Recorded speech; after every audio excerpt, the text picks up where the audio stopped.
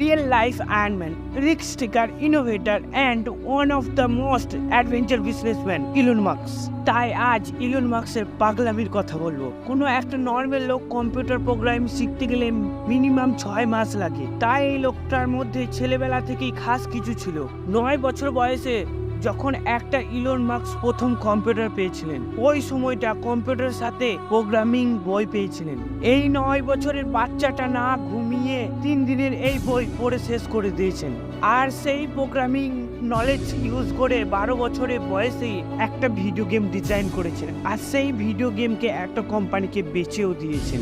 আর এই ধরনের অবাস্তবিক কাহিনী দিয়ে ভরা আছে ইলন মাস্কের ছেলেবেলা। অনেক লোক তো এটা বলে যে ইলন মাস্কের নাকি ফটোগ্রাফিক মেমোরি আছে, যেটা একবার দেখে নেয় সেটা কখনো ভোলে না। ইলন বলেন, স্কুল লাইফে আমার কোনো ফ্রেন্ড ছিল না, তার জন্য বইকেই আমি বেস্ট ফ্রেন্ড করে নিয়েছিলাম। সকাল দুপুর বিকেল সন্ধ্যে সব সময় 24 ঘন্টার মধ্যে 15 ঘন্টা বুক পড়তে থাকতেন। ছেলেবেলায় ইলনের বাবা মাকে আর অন্য লোকদেরকেও লাগতো যে ইলন কানে শুনতে পায় না। সত্যি তো এটা ছিল যে ইলন যখন কোনো কাজের মধ্যে এতটা ফোকাস করতো তখন অন্য কারো কথা শুনতে পেতেন না। যে কোনো একটা নর্মাল লোক এক সপ্তাহের মধ্যে 40 থেকে 50 ঘন্টা কাজ করে, তেমনই ইলন মাস্ক এক সপ্তাহের মধ্যে 100 ঘন্টা কাজ করে, আর তিনি তার কাজ থেকে কোনোদিন ছুটি নেননি। এটা পাগলামি না তো আর কি বলবো, এটাকে মহান পাগলামি বলে। এই লোকটার প্রবলেম সলিউশন বার করার জন্য অনেক কটা কোম্পানি তৈরি করেছে।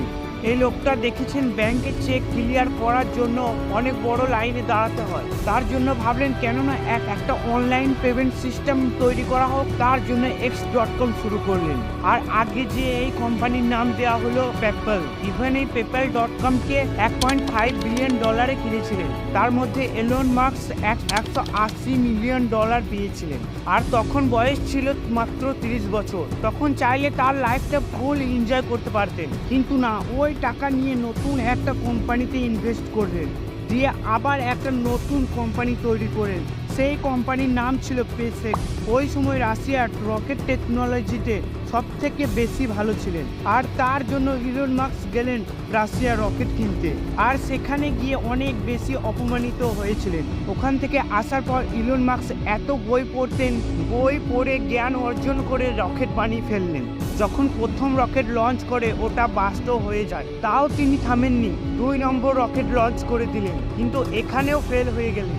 এখানেও হার মানেননি, তিনি 3 নম্বর রকেট লঞ্চ করলেন, কিন্তু এটাও ফেল হয়ে গেল। 3 বার ফেল হওয়ার কারণে অনেক বেশি লস হয়েছিল, অনেক ফাউন্ডিং বন্ধ হয়ে গিয়েছিল ইলনের।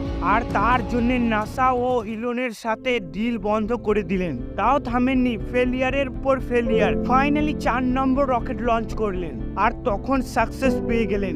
এখানে বোঝা গেল ফেলিয়ারকে ভয় করলে হবে না। তাই এই রকম মোটিভেশনাল ভিডিও দেখতে গেলে আমাদের চ্যানেলটিকে সাবস্ক্রাইব করুন, এন্ড ভালো থাকুন এন্ড সুস্থ থাকুন। আবার দেখাবে নেক্সট ভিডিওতে।